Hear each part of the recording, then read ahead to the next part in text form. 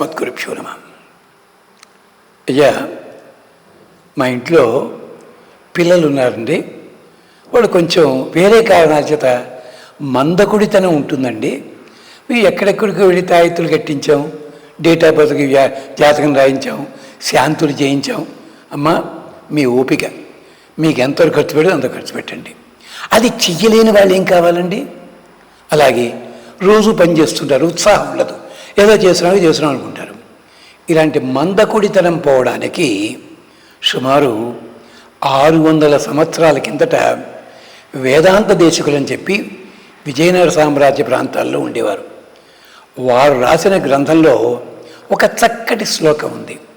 ఆ శ్లోకాన్ని మనం శ్రద్ధగా పిల్లల చేత 11 సార్లు ఉదయం పూట, సాయంకాలం 3 సార్లు చదివించండి. మీరు చదువుకోండి 108 సార్లు. ఎప్పుడు పడితే అప్పుడు చదువుకోవచ్చు.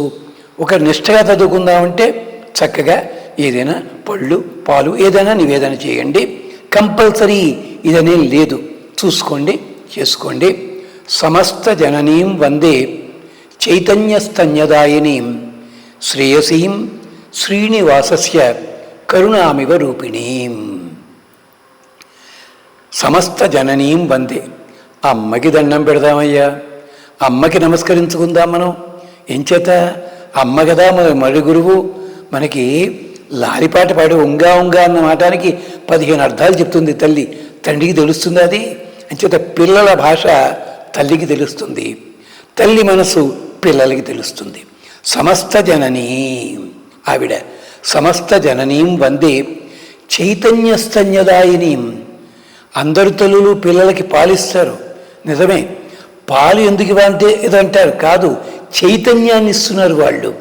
6 నెలల దాకా తంటి గుడ్లకి పాలు ఇస్తారు, చూసారా? ఇప్పట్లో ఫ్యాషన్ పెరిగిపోయి 20 రోజుల నుంచి ఆపేస్తున్నారు పాపం అన్యాయంగాను. కాదు, చైతన్యం అనే స్తన్యదాయిని, చైతన్యం అనేది ఇస్తోంది. ఆ తల్లి లోపల ఉండే ఉత్సాహం, బుద్ధి ఇవన్నీ ఇస్తుంది. సమస్త జననీం వందే చైతన్య స్తన్యదాయినీం శ్రేయసీం శ్రీనివాసస్య. ఆవిడెవరు?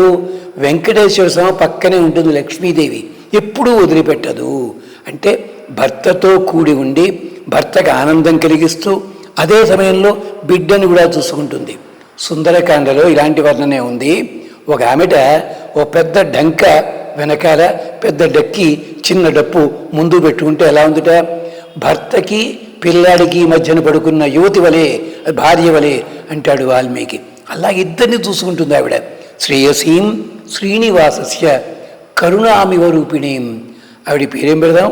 లక్ష్మి అందామా, శ్రీదేవి అందామా, భూదేవి అందామా, ఇంకో పేర? కాదు, కరుణ, దయాసముద్రం ఆవిడ, దయాస్వరూపమే. ఆవిడ పేరే కరుణ. మిగించదు ఎన్ని గుణాలున్నా ప్రయోజనం ఉంది, దయ లేదనుకోండి వృధా అయిపోతాయి. అందుకని ఇది చదివించండి, మీరు చదవండి, పిల్లలు చదివించండి. ఇదో శ్లోకం రాసి పిల్లలు ఆడుకునే వస్తువులను చోట కానీ పిల్లల పుస్తకాల దగ్గర కానీ అతికించండి. ఆ మందకుడితనం పోతుంది, అద్భుతంగా ఫలితం లభిస్తుంది. ప్రతి శనివారం పిల్లల కోసం అని చెప్పి కాస్త పరవాన్నం ఉండి నివేదన చేయండి. ఇష్టదైవానికి కానీ వెంకటేశ్వర స్వామికి కానీ ప్రతి శనివారం వీలున్నంత వరకు చేయండి, ఫలితం లభిస్తుంది. సమస్త జననీం వందే చైతన్య స్తన్యదాయినీం శ్రేయసీం శ్రీనివాసస్య కరుణామివ రూపిణీం. ఇక్కడ చెప్పే మంత్రములన్నీ కూడా సులభంగా చేసుకునేవి, ఖర్చు ఎక్కువగా లేకుండా ఉండేవి, మీ శక్తి కొలది చేసుకునేది. అందరూ కూడా అంటే మాకు చదువు రాదన్న వాళ్ళు కూడా ఇది పెద్దవాడిది చెప్పించుకుని నోటికి తిరిగిపోతాయి. దీంట్లో భయంకరమైన సమాసాలు, ఉత్తక్షరాలు, శేషాసాలు ఇలాంటివి ఉండవు. చాలా హాయిగా ఉంటుంది. అంచేత జాగ్రత్తగా చదివించండి, చదువుకోండి, ఫలితం లభిస్తుంది.